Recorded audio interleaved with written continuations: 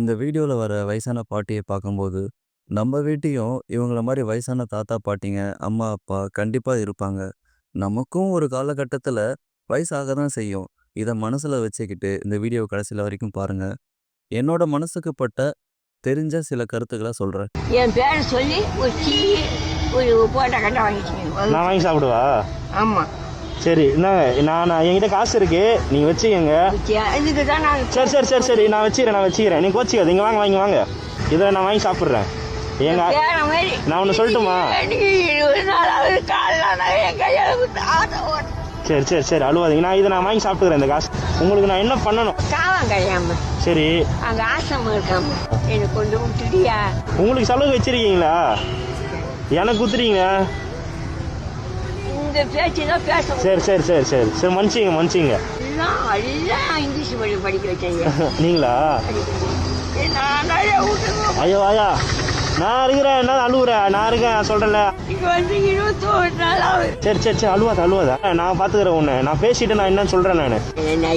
நான் பாத்துக்கிறேன். நான் சேர்த்துக்கிறேன். ஒன்றும் பிரச்சனை இல்லை ஐயா, நான் சேர்க்கிறேன். நான் இந்த காசு நீ வச்சுக்கோ. ஐயோ, இந்த வேலை தான் வச்சுக்கோ. சரி, இப்போ நான் இதை வச்சுக்கணுமா? நானு சரி, ஓகே, நான் வச்சுக்கிறேன். நான் வரேன், பார்த்து பத்திரமா இரு. ஒன்றும் பிரச்சனை இல்லை. வரேன், போயிட்டு வரேன். ஐயா, எப்படி இருக்கீங்க? நல்லா இருக்குது ஐயா. என்னாச்சு ஐயா? யாருக்கு அவரு கொடுக்கணுமா? ஏன் நீ கொடுக்குறது? நீ கூட உன்னெல்லாம் கேட்கறாங்க. அந்த ஆயா கொடுத்தாங்க உங்களுக்கு. ஐயோ வரமா அன்னைக்கு வந்தியா? நீ கொடுத்த காசை ஞாபகத்தமான எடுத்து வச்சுக்கிறேன்.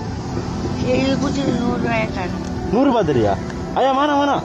ஏன் ஞாபகமா வச்சிருக்க? நீ வை. நீ வைக்கிறியா? மாறி ஐயா, மாதாவே பக்கத்தோட இருக்கணும். எனக்கு ஐயா இது? ஆமா. ஏன்? அரசியலும் வச்சுக்க. பாத்ரூம் போகணுமா? அதுக்கோசம் தான் முக்காசி நான் ஆசிரமம் கேட்கறேன். கொண்டு விட்டுட்டியா? ஐயோ ஆயா, சரியாவே என் ராசாவே. நான் பாத்துக்கிறேன். என்னோட பொறுப்பு நான் அவனை சேர்க்கறது. சரியா? நான் சாப்பிட்டேன். நீ படுத்து தூங்கு. வரேன். இந்த தம்பியோட வீடியோவை பார்த்த அந்த பாட்டியோட உறவினர்களே வந்து கூட்டிட்டு போயிட்டாங்க. இந்த வீடியோ மூலியமா அந்த தம்பிக்கு நான் ரொம்பவே தேங்க்ஸ் சொல்கிறேன். இறைவனை குழந்தைகளோட சிரிப்பிலையும் ஏழைகளோட முகத்திலையும் கோயில் குளத்திலையும் மட்டும் இல்லைங்க, இவங்கள மாதிரியான வயசான இயலாம நிலையில் இருக்கிறவங்களுக்கு செய்கிற உதவி மூலமாகவும் இறைவனை பார்க்க முடியும்.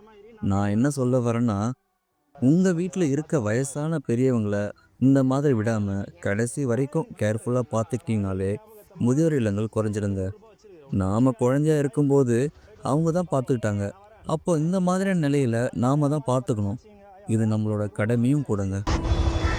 பாய், பார்த்து போய்ட்டு வா.